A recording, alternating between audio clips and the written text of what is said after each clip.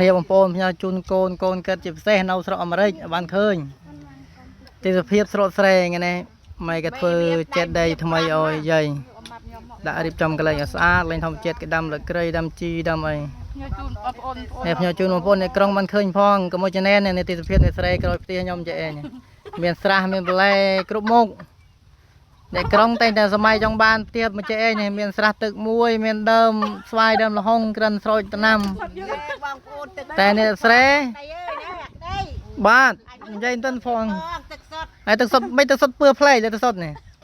ទឹកសុទ្ធមិនទឹកសុទ្ធអានេះទឹកសុទ្ធគេថាទឹកអីគេទឹករ៉ែនេះទេសភាពគឺទេសភាពអស្ចារ្យបងប្អូននេះមានតែកញ្ចុះមានទាំងអីអង្គុយទេនេះ